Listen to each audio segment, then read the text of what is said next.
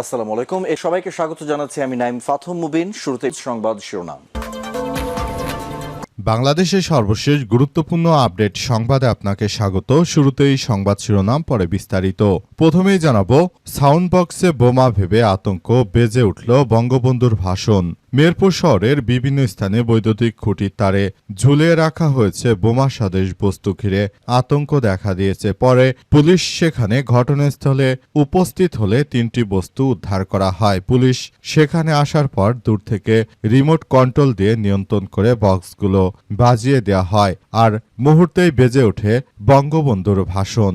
অবস্থায় পুরো এলাকায় অনেকেই মনে করেছিল এগুলো বোমা। তারপর দেখা গেল সেগুলো আসলেই বঙ্গবন্ধু শেখ মুজিবুর রহমানের ভাষণ, এবং সেই সাউন্ড বক্সগুলো এরপর পুলিশের সদস্যরা নামিয়ে নিয়ে এসেছে। এবারে জানাবো, গাজীপুরে ঘরে ঢুকে গৃহবধূকে কুপিয়ে হত্যা। গাজীপুরের কালীগঞ্জে এক ব্যবসায়ীর বাড়িতে ঢুকে তার গৃহবধূকে হত্যা করেছে দুর্বৃত্তরা। সময় ব্যবসায়ী এবং তার মেয়ে গুরুতর আহত হয়েছে। দিবাগত রাত 3টার দিকে উপজেলা নগরীর ইউনিয়নের নাগরবেলা এলাকায় এমন ঘটনা ঘটে। এদিকে মাদারীপুর মাদ্রাসায় বোমা বিস্ফোরণ, আহত 5।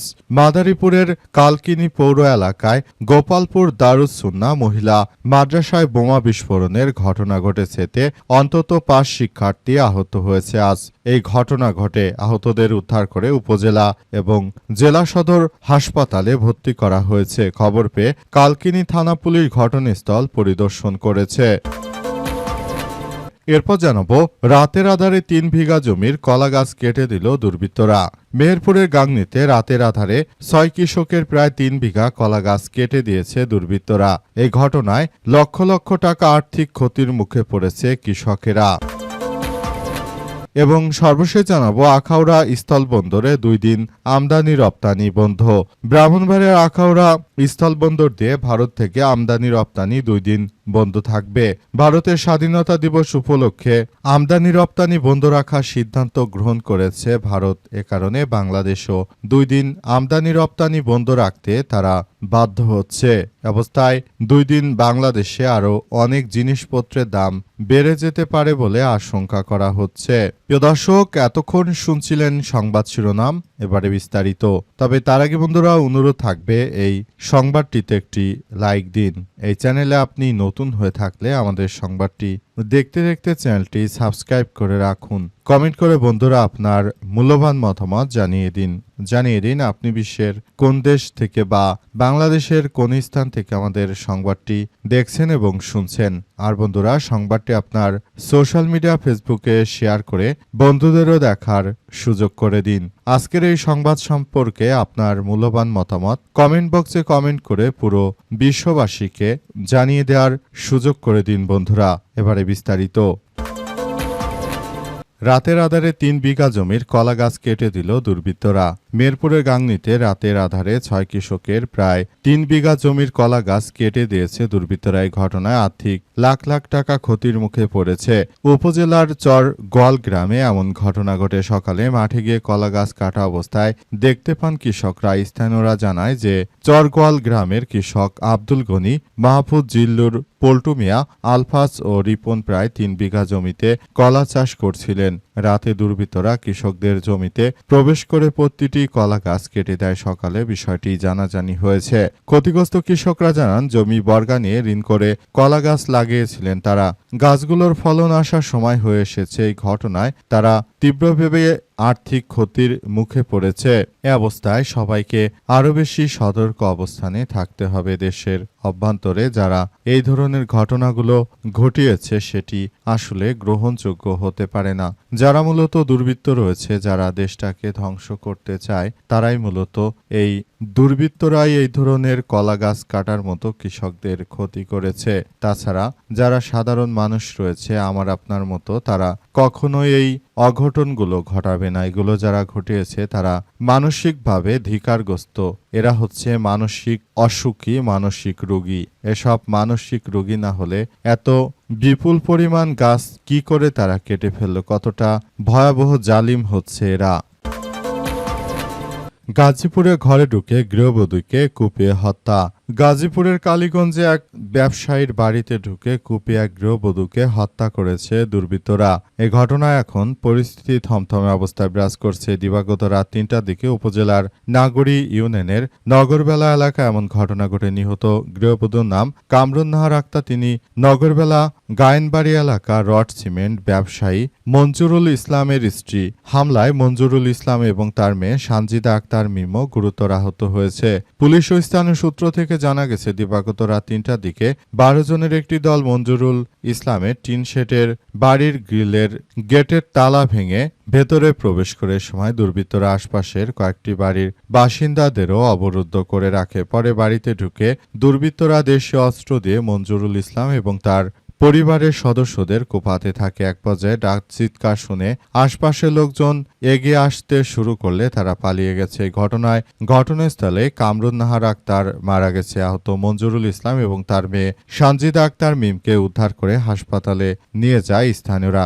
গাজীপুর জেলা পুলিশ সুপারের পক্ষ থেকে জানা গেছে যে দিবাগত রাত ৩টার দিকে ১০ থেকে ১২ জনের একটি সন্ত্রাসী দল মঞ্জুরুল ইসলামের টিন শেডের বাড়ির গ্রিলের গেটের তালা ভেঙে ভেতরে প্রবেশ করে সময় দুর্বৃত্তরা আশপাশের কয়েকটি বাড়ির বাসিন্দাদেরও অবরুদ্ধ করে রাখে। পরে বাড়িতে ঢুকে তারা দেশীয় অস্ত্র দিয়ে কোপাতে থাকে। দেশে যে কি শুরু হয়েছে, এমন বিশৃঙ্খল পরিস্থিতি যে সৃষ্টি হয়েছে বাংলাদেশে, আসলে নতুন করে আবারও এক ভয়াবহ বিপর্যয়কর পরিস্থিতির সৃষ্টি হচ্ছে। এটি থেকে আসলে সবাইকে বেরিয়ে আসতে হবে। বিএনপি ক্ষমতায় আসার পর তারা বাংলাদেশটাকে একরকম ধ্বংসস্তূপে তারা ফেলে দিচ্ছে।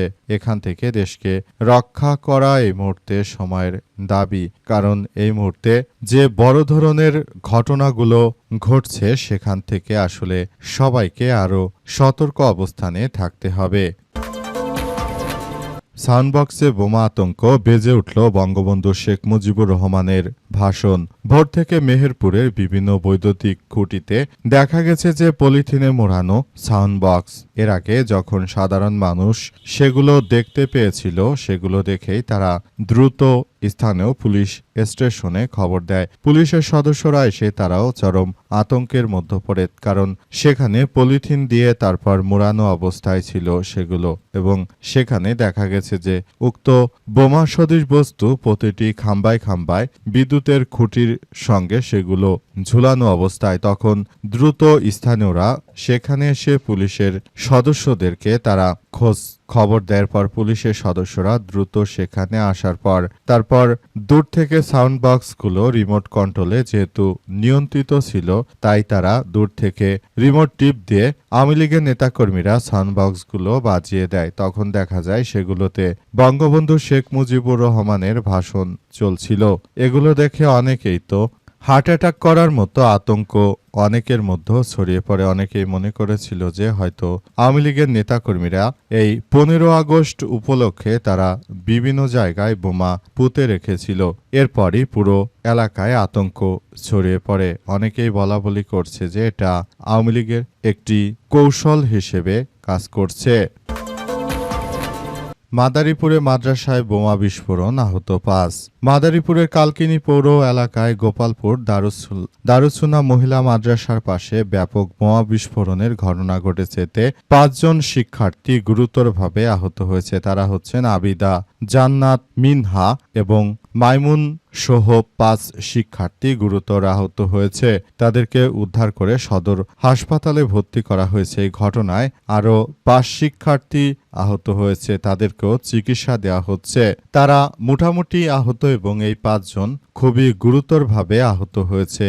এই ঘটনা ঘটার মধ্য দিয়ে দেশের মধ্যে আবারও এক ভয়াবহ বিপর্যয়কর পরিস্থিতির সৃষ্টি হয়েছে। দেশের মধ্যে আবারও সন্ত্রাসীদের অভয়ারণ্যের সৃষ্টি হয়েছে। বিএনপি সরকার ক্ষমতা আসার পর দেশজুড়ে মানুষ হত্যা, রাহাজানি, চাঁদাবাজি, বোমা হামলার মতো ঘটনাগুলো এখন নৈমিত্তিক ব্যাপার হয়ে দাঁড়িয়েছে।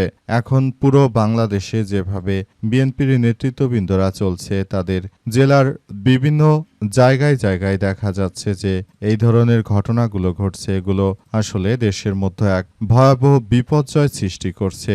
এই বিপর্যয় থেকে বাংলাদেশকে বেরিয়ে আনার জন্য সবাইকে খুবই রাষ্ট্রের প্রতি কৃতজ্ঞ থেকে কাজ করতে হবে। দেশের মধ্যে সাধারণ মানুষের যাতে প্রাণহানির ঘটনা না ঘটে সেই ব্যাপারগুলোকে খুবই সিরিয়াসভাবে দেখতে হবে। দেশের মানুষ যাতে বিষয়গুলো নিয়ে খুব ভালোভাবে কার্যক্রম করতে পারে সেই ব্যাপারগুলো সরকারের এখনই ভেবে দেখা উচিত। সরকার যদি সাধারণ মানুষকে জীবনে নিরাপত্তার দায়িত্ব না নিতে পারে তাহলে ভবিষ্যতে এই সাধারণ মানুষই তারা রাস্তায় নামতে বাধ্য হবে। তখন দেশের মধ্যে আবার এক ভয়াবহ বিপর্যয়কর পরিস্থিতি সৃষ্টি হতে পারে। তাই এখনই এসব বিষয়গুলো নিয়ে সবাইকে আরও বেশি সতর্ক অবস্থানে থাকা উচিত বলে আমরা মনে করি। এই মুহূর্তে বাংলাদেশে যেভাবে প্রতিনিয়ত মানুষ হত্যা, রাহাজানি, সন্ত্রাসী, চাঁদাবাজির মতো ঘটনাগুলো ঘটছে সেগুলো আসলে কোনোভাবেই গ্রহণযোগ্য হতে পারে না।